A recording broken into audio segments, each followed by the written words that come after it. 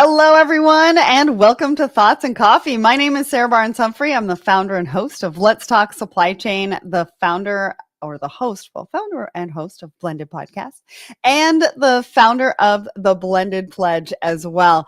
And I'm super excited for the show today. We've got Tanzil here from Manifest, and he's going to be giving us all the tea as to what you can expect at the show, what's new for this year, the sessions, and what everybody wants to know, the closing party. But before we get to that, we do need to talk a little bit about what's happening at Let's Talk Supply Chain.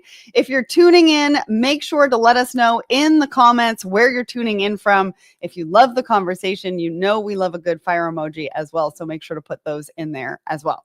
So let's get to it. We've got to give a shout out to our show sponsor, and that is the Secret Society of Supply Chain. Head over to secretsocietyofsupplychain.com. Get your free membership today. We've got a very engaged group of supply chain professionals in there, talking things out, asking for advice, and just really hanging out every single day. So head over there, get your free membership. We want to give a shout out to some of our newest members. We've got Lynn Gomez McGee, we've got Colleen Lee, and Nairobi Asprilla.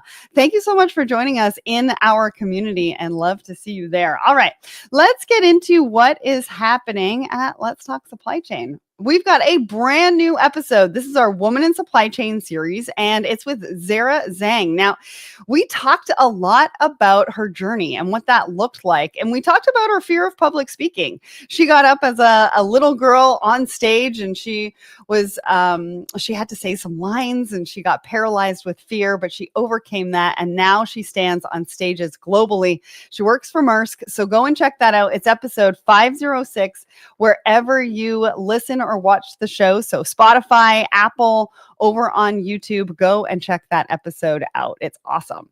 Now on Friday, and actually for the next couple of Fridays, Eric Johnson is going to be hosting TPM Today. That's right. Usually we do one every other Friday, but in December, we're going to do it every Friday leading up to the holidays, so you can get all of your information in before then. So on Friday, he's going to be talking about the future fuel or false start inside shipping's big bet. So click the attend button, even if you can't attend live, and we will send you the recording. So go check that out.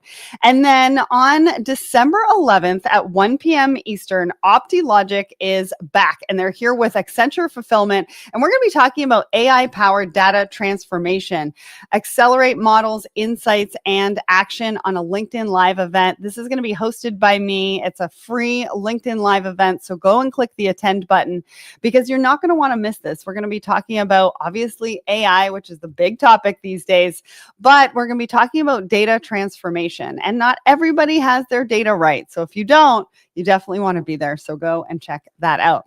Also, I want to give a shout out for my book. If you haven't got your copy already, go and check it out. It's over on Amazon. It's called I Buried Her in a French Press, a memoir about finding my voice and the power of being heard. We've got 36 5-star reviews, and I want to give a shout out to Keith over on my LinkedIn. He sent me a message this morning. He read the book just recently and sent me some really kind words and a really nice review. So I want to give him a shout out for that. All right. Next, we've got a couple of announcements. Now we're working on Let's Talk Supply Chain Europe, and we're also working on Let's Talk Supply Chain Asia. So if you haven't gone and check out these pages, go and check them out. We're going to start putting in the news from supply chains within those regions. And then we've got a really cool launch that's going to be happening a little bit later on in 2026. So you don't want to miss that. Go and follow these pages and get up to date on what's happening in supply chain in those regions. Last but not least, because I know we got to bring Tanzil up, I want to announce as well that we have partnered with Supply Chain Brain for the Supply Chain Masters of Innovation Awards, and this is only at Manifest in Vegas. What does that mean? Well, we're going to be giving away 3 awards, and there's going to be a session on Tuesday at 12:30 at Manifest, and we're going to be showcasing the stories of the top 3 winners and what innovation within their supply chains have looked like. And these are some of the top names in retail. So you're not going to want to miss that. Once the app is open, I'm going to ask Tanzil in just a minute when that's going to happen. You want to make sure that you mark that in the app and get ready for it. All right, it's now time to bring up Tanzil finally. I told you it was going to take me about 5 to 6 minutes. I had so much to talk about. Hi, Tanzil. Well, that was amazing. I love Zaro's story also. Thank you for sharing. Sarah, pleasure to be here. Thank you. Yeah, so excited to have you here. Now, for anybody who doesn't know who you are, which I can't fathom there's anybody out there that doesn't know who you are, but tell us who you are, what you do, and a little bit about your company. Yes, indeed. Hello, I'm Tanzil Uddin. I am SVP of Content and Partnerships for Manifest, which is now a Hive company. Manifest is fast approaching this coming February 9th through the 11th. We're held at the Venetian. Excited to get to talk a little bit more about it. And the Venetian is such a great venue. I know we started off over at, it was Caesars, right? It was the Paris, then Caesars Forum. Paris. Yeah. Oh my goodness. Tanzil, you're taking me back because that was the first year and that was during the pandemic and we all had to get tested but you guys pulled it off. That was amazing. Yeah, we were all wearing masks as well, which is insane to think that was about 5 years ago. That is so crazy. So yeah, Paris and then Caesars and now the Venetian. And you guys were at the Venetian last year for the first time. And it's such an amazing space. It's very big. But I mean, there's a lot of sponsors. There's a lot of exhibitors. There's a lot of sessions. And it didn't feel too spread out. It felt really good. So glad to be back at the Venetian this year. And we're going to be talking a little bit more about Manifest in just a little bit because we're going to find out what's new. We're going to talk about the closing party, which everybody wants to know about. I mean, let's just be real. But before we do that, we do have to go to our poll. So we ask a question of all of our community every single Wednesday morning, and we share it here live on Thoughts and Coffee. So the question is, what's the most important supply chain trend to watch right now? Now, we had just under 100 votes. 45% of you said agile demand and planning. 41% of you said agentic AI and decisions, and 14% said faster automation and robotics. Tanzil, talk to me about this. You've had a chance to take a look at it. Is it surprising? What surprises you? What else should have been up there? You know what? I came into this expecting AI to be the leading one. Right. So I did expect to see it, not surprised to see it as a top 2, but I'm actually quite pleasantly surprised to see the agile demand and planning side be the top leader in this case. We are in a fundamentally unpredictable and volatile environment in supply chain. And the more control and the more ahead you can get of your supply chain and the more visibility you can get into it, the better you put yourself in, the better position you put yourself in. So on the same token, it makes sense to see that one leading. Automation is pretty surprising to see it lagging so behind in this poll in particular. But I also imagine it's because a lot of your larger shippers have probably automated a lot of their low hanging fruit, and it's probably not as explosive from an interest level as compared to the other two. That is a fair point. And actually, Mahmoud agrees with you. And because he put a comment on there and said, while automation and agile planning are foundational, I believe agentic AI and decisions represents the most critical trend. And I think it's whether we like it or not, right? Yeah.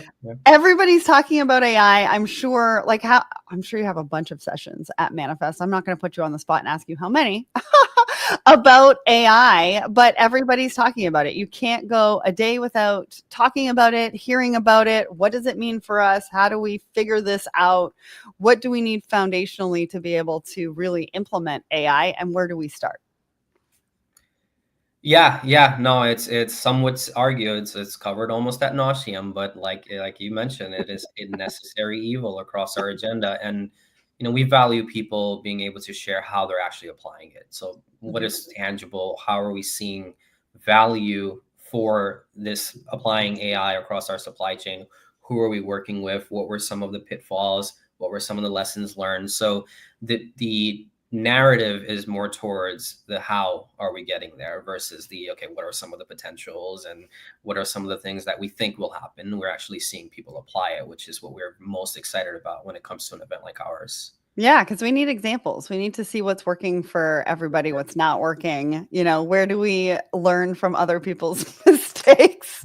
I want to give a shout out to Drew over on my personal LinkedIn. Thanks so much for joining us. He's really excited about our third article, which is going to be about the tariff refunds. But we've got a couple of things to get to before that. And one of those is the market update. Now, Tanzil, you are talking to everybody across the board, right? You're talking to vendors. You're talking to shippers. You are talking to all sorts of people all the time. So spill the tea. What is everybody talking about? What's top of mind? What are they thinking about for 2026? What are some of the biggest questions that they have? Yes, no. So we kind of alluded to it, but right now what we're seeing is the industry is currently prioritizing driving value in the supply chain.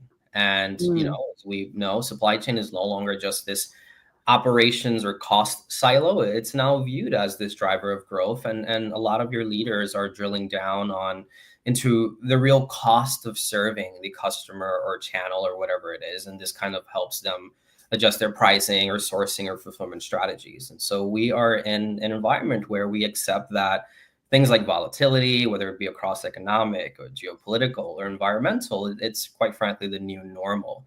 So instead of optimizing for minimum cost or max efficiency, we are now designing for flexibility, adaptability, and resilience. And so we're expecting that in our organization as well. We are demanding new capabilities, whether it be across finance, procurement, sustainability, just cross-functional thinking. We are reevaluating our data and AI literacy. We just talked about AI. We are rethinking our supplier relationship management. And those are the things that are, bottom line, is driving growth for us. So those are the levers that we are seeing being prioritized. And again, excited to see all of that unfold in a couple months. Yeah, well, and kind of across the board. I mean, we're also thinking about, even as a media company like us at Let's Talk Supply Chain, we're thinking of all of those things. What does it mean for us? What does it mean for media? What does it mean for content? How do we make it more easily digestible? And we've got a huge announcement that's actually going to be coming out around the time of Manifest. I can't really say anything right now because we're in the midst of it and working on it. But it's, in relation to what you're talking about and how everybody's sort of thinking about these different technologies, no matter what industry you're in. And actually, the other exciting part of that too is, as we've been doing these Masters of Innovation Awards that we're going to be giving away at Manifest, I've been talking to a lot of leaders, and they are so excited about the projects, the innovation, the technology that they're bringing into their teams, and seeing the results and what it's producing for them. And they are so excited to share it, which I think is really, really important, right? I've had a couple of people say, you know what, this year is not our year. We're just sort of starting the project, but we're going to nominate ourselves for next year because they want to be able to tell these stories. They want to showcase their teams. They're really proud of the work that they're doing. And I think for me, that really tells a story and really aligns with everybody getting together at events like Manifest to talk about these things. Absolutely. What's working, what's not working, what are we excited about? And I'm excited to be able to see some of those stories come to life in February with, because I can't really say who the winners are yet. Because we're just waiting for one more to confirm. But I'm excited for us to be able to roll out who that is. So anyways, fun times. Fun times. All right, let's get to our first article. Now, the first article that we're talking about is Ikea acquires U.S. logistics tech platform to improve home delivery. Now, when I first took a look at this article, I was sort of like, we're kind of changing things, right? A couple of years ago, it was we want to outsource.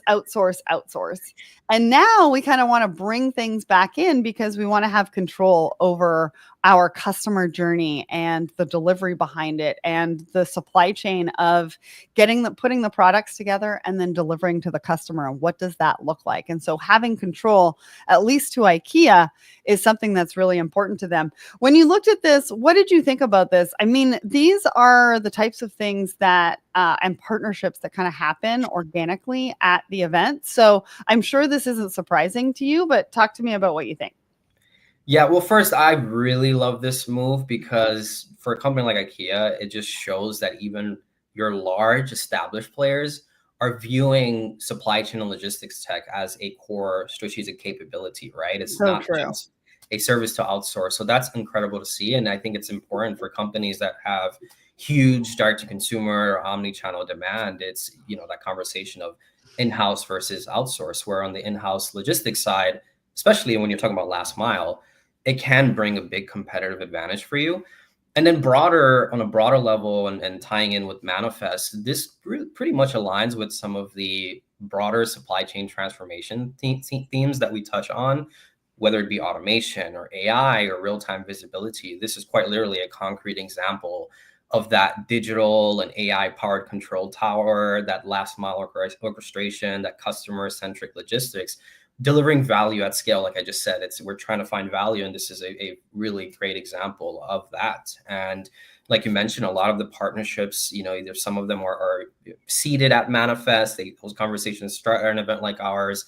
And we always love seeing the ecosystem collaborate and, quite frankly, co-develop. You mentioned control. I would say co-development, control. Those are really big keywords and themes across our industry and ecosystem. Yeah, absolutely. You've used the word value a couple of times. What does that mean to the folks that you're talking to? Because I think they mean different things to different people, right? Like Ikea is a retailer. What they're seeing value in right now is controlling that delivery portion, like you said. But when we think about other shippers, or we think about vendors, and we think about the word value, what does that kind of mean to everybody right now?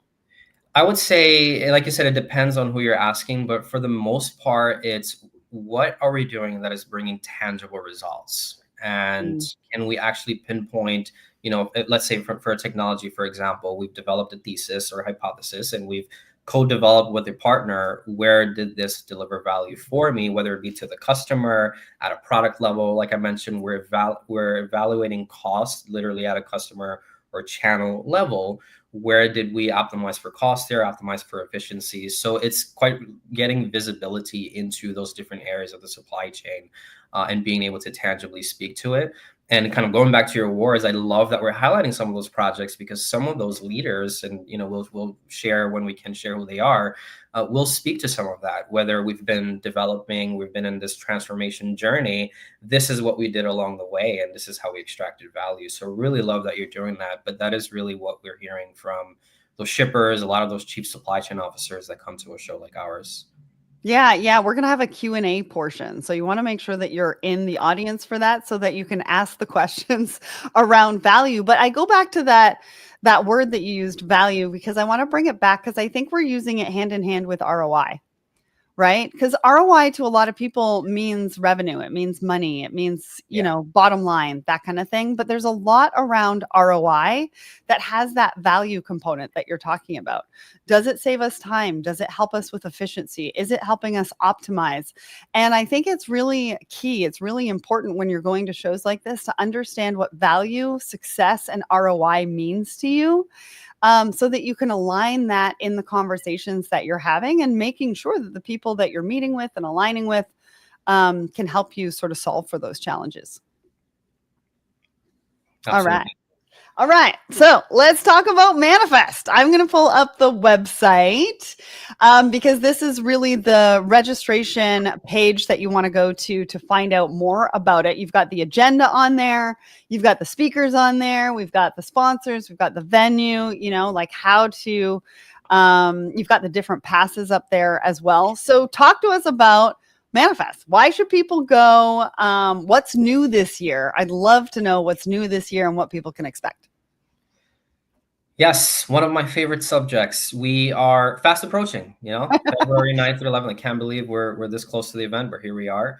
We're excited to, what we're promising to deliver is a full ecosystem event, as we, have started out, with our launch at the Paris, and here we are today with the way it's scaled and grew over the years. But the key is that under one roof, there is a huge influx of the innovation and the funding, your presence of your startup CEOs and, your venture capitalists, your investors, your funds, all under one roof, by the hundreds, mixed with your chief supply chain officers, chief procurement officers, supply chain leadership, really from across BCOs, logistics service providers, ports, terminals, rail operators, all of your decision makers, and of course your established companies that are all, again, under one roof, pretty much a melting pot of supply chain, if you may. and discussing these key trends in real time and being able to benchmark with each other, assess new innovations and technologies that are out there in the industry that you otherwise would not have known existed until you came to an event like this. Being able to get a view of the deal flow that is happening. You touched on the investments that are taking place. Well, a lot of it is stemming from an event like Manifest, where you're seeing some of the investments that are happening. You're seeing some of the partnerships that are being struck.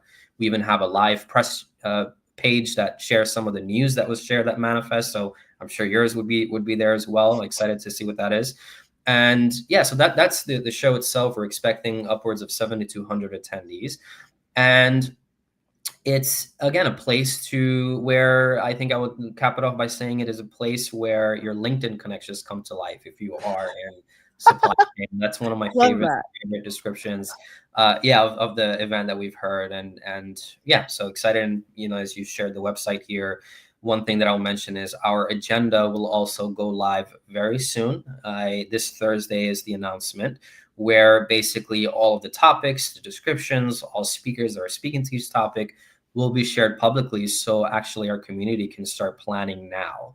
They can start building their agenda within an agenda once that goes live, and just mind mapping how they want to tackle this event during the week of. And when does the app go live? Because I think that's what everybody wants to know. I mean, the app is great to be able to get meetings on the schedule, make sure that you attend the sessions that you want to go to. So when does that come out?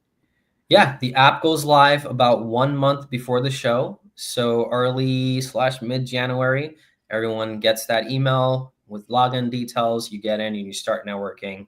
Great thing is this is when people start setting up their meetings. So to my point of building an agenda within an agenda, you have your sessions all sorted out, and you also have a lot of your meetings all sorted out quite literally a month before the show, and you just have a full packed week ahead. So we're excited for that to happen. Yeah. One other question. What is Monday all about? Like, I know the exhibitor hall and the meetings are mostly done Tuesdays and Wednesdays, but you really have a jam-packed agenda on the Monday, which is very different from the sessions that are on Tuesday and Wednesday. So give me a little bit of insight into why somebody would want to make sure that they're there on the Monday. Yeah, so that's our kickoff day. We primarily center it all around half-day programs or track rooms that are happening during that day, starting at noon, and they are themed. So, for example, we have an entire stage, and to your point earlier about what's new, there's an entire stage dedicated to procurement, and that's going to be happening on the 9th of February, where basically it's your chief procurement officers, your direct sourcing directors, so on and so forth. A lot of your technology platforms, they're taking the stage to talk about what they're seeing from a supply diversification standpoint, nearshoring, onshoring, manufacturing footprint, and just supply chain network design. And so we're excited to introduce that as a new stage. Then you have other theme stages like sustainability and maritime reports, which are pretty much standard at Manifest. Big hits are always crowded every year. And you also have cold chain, which is also another new addition. Cold chain already had a stage this year, but it now has an expanded pavilion at the event, where inside the expo hall, there's a dedicated area just for cold chain technologies and a stage that's going to happen there. So we kick that off during the kickoff on the 9th of February. The reason why folks show up, and I would say majority of our attendees show up that day, is because expo is not open. It's content heavy. You're attending the sessions, so the sessions are really packed, and you also have ample time to take your meetings. So they get in the app, they set their meetings, and a lot of the meetings are happening on the 9th of February. Then, of course, we have our opening party that day too. Yes.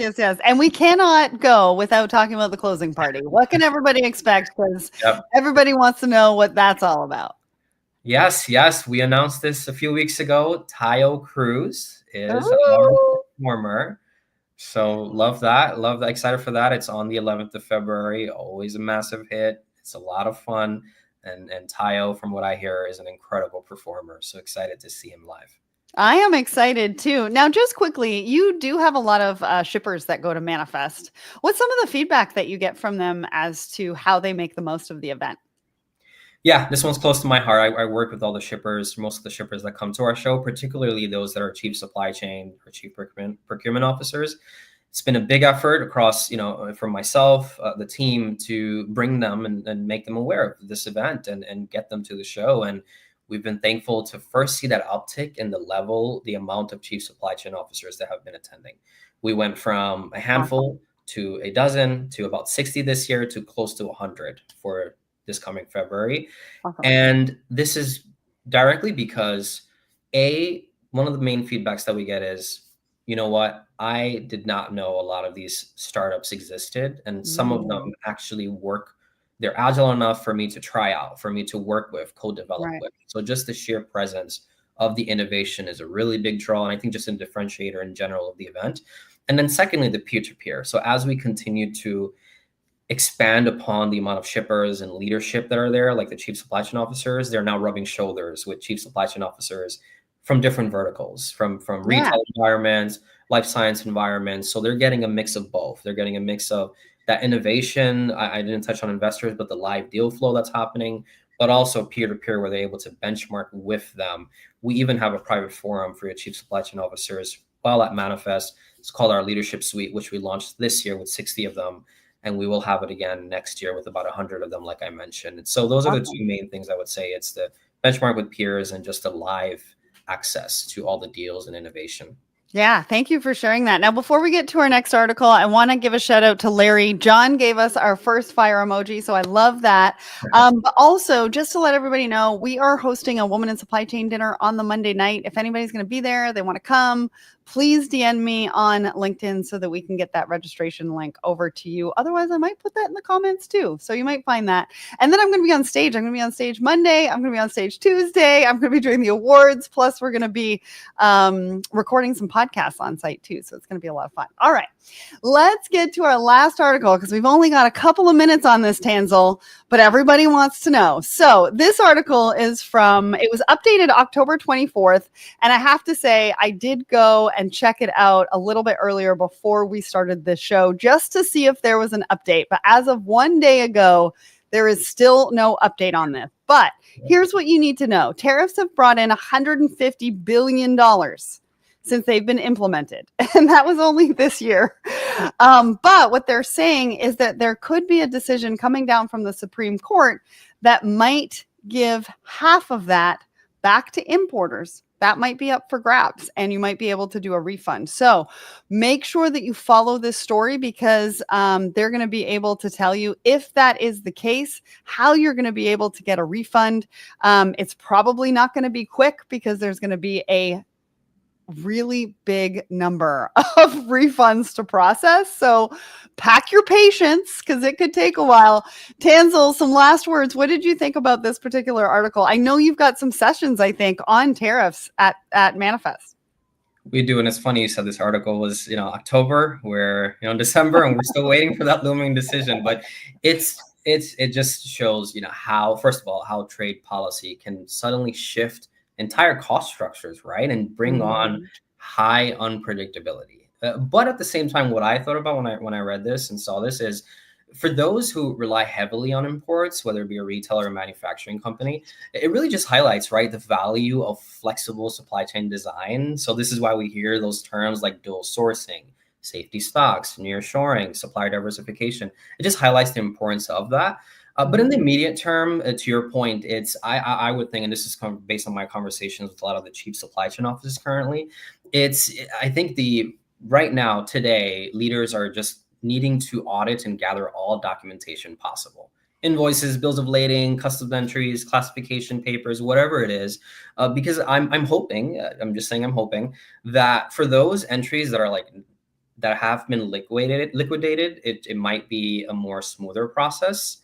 That are not liquidated, versus those that are liquidated, because that will likely require a more detailed review process, which will make the documentation. I am so glad you said that. That is such a great point because I say, pack your patience because it's going to take a while to get the refund, but you have to be prepared to submit the refund request. Yeah. So make sure you got all your paperwork in a row. That is such a great point. And you could do that today in anticipation with all our fingers and toes crossed that this is going to come to fruition. Yeah. I love that. Well, Tanzil, I can't wait to see you in February. I won't be seeing you before then, so happy holidays. And I really appreciate everybody for joining us for the show today. And I can't wait to see you all next week. Tanzil, thanks so much again for joining us today. Yeah, this was fun. Thank you for having me.